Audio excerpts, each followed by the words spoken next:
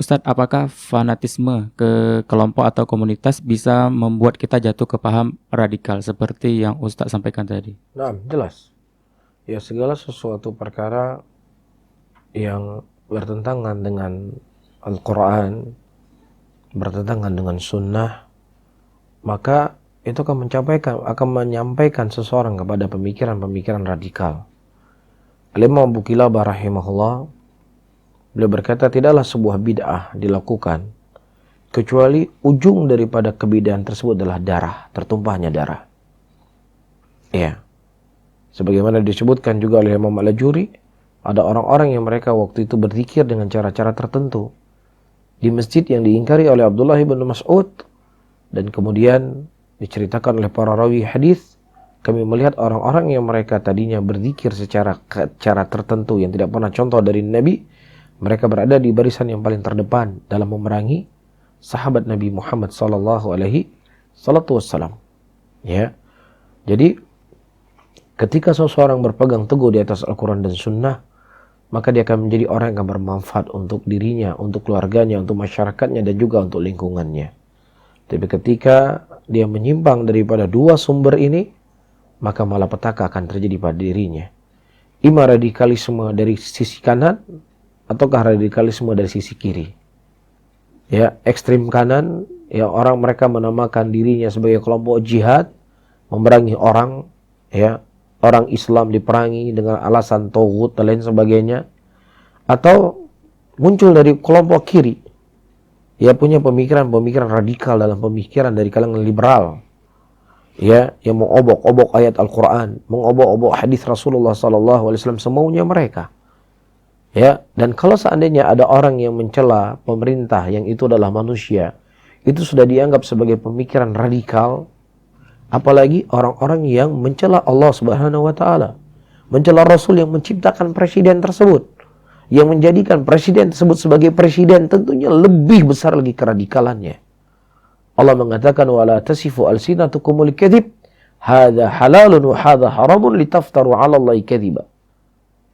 Ya, dan jangan engkau mengucapkan sesuatu perkara bahwa ini halal, ini haram, padahal Allah tidak menghalalkan, Allah tidak mengharamkan.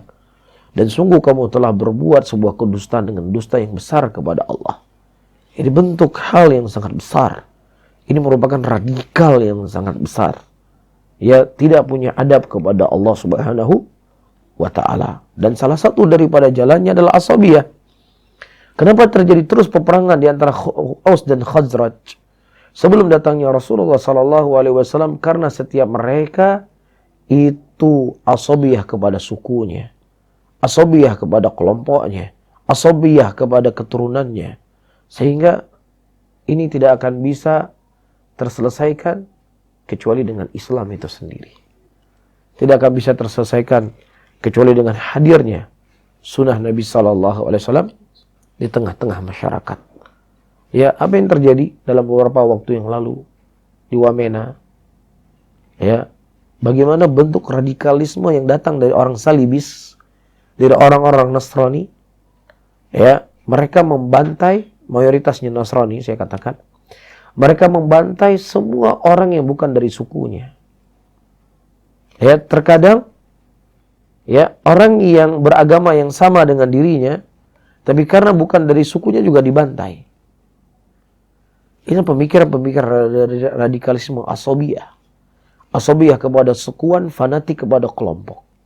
Dan Islam melarang keras dengan hal yang seperti ini. Karena Islam adalah anti radikal.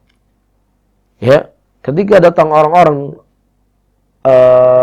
muhajirin berkata ya muhajirin, kemudian orang-orang ansar berkata ya ansar, setiapnya memanggil kabilah masing-masing. Kemudian Rasulullah SAW sangat marah. Dah, tinggalkan ini semuanya. Ini merupakan seruan-seruan jahiliyah, kata Nabi SAW. Ini antara dalil yang menunjukkan bahwasanya Islam itu memerangi ke segala bentuk radikalisme.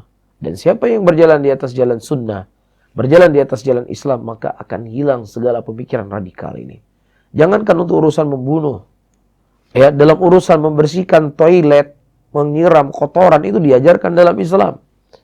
Nabi kita Shallallahu Alaihi Wasallam melarang untuk kita meludah sembarangan. Kalau seandainya kita buang dahak, hendaknya dahak kita itu tanam. Itu dalam Islam. Ya, maka apalagi kotoran yang dia beol di toilet, kemudian dia tidak siram. Maka tentunya Islam sangat melarang hal yang seperti ini. Apalagi membuang sampah di tempat pemukiman, membuang sampah di rumah orang. Maka jelas Islam melarang pemikiran-pemikiran seperti ini. Sekecil ini diatur dalam Islam. Sehingga jangan menyalahkan apa yang itu menjadi simbol-simbol yang itu datang dari Islam itu sendiri. Tapi yang salah adalah oknum itu sendiri. Wallahu ta'ala alam bisawab.